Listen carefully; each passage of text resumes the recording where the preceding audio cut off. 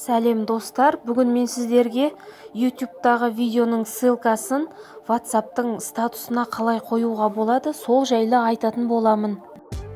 WhatsApp'ты ашқан кезде таныстарыңыздың статусынан осындай YouTube'тың ссылкасы шығып тұра ма? Олай болса, қалай жасалатындығымен бөлісейін. Samsung'тан Play Market, ал егер iPhone болса, App Store'дан осындай творческая студия приложениесін жүктеп аламыз. Ашқан кезде шыққан видеоға басамыз. Жоғарғы жағында стрелканың, яғни ссылканың суреті тұрады, соны басамыз. Сол кезде астынан жіберуге болатын приложениялардың реті шығады. Ішінен WhatsApp'ты таңдаймыз. WhatsApp'ты ашып, статусқа апарып белгілейміз. Міне, біздің ссылкамыз қойылды.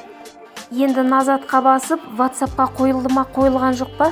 Жеке WhatsApp'тың статусын қайтадан ашып көреміз. Міне, қойылып тұр. Назарларыңызға рахмет.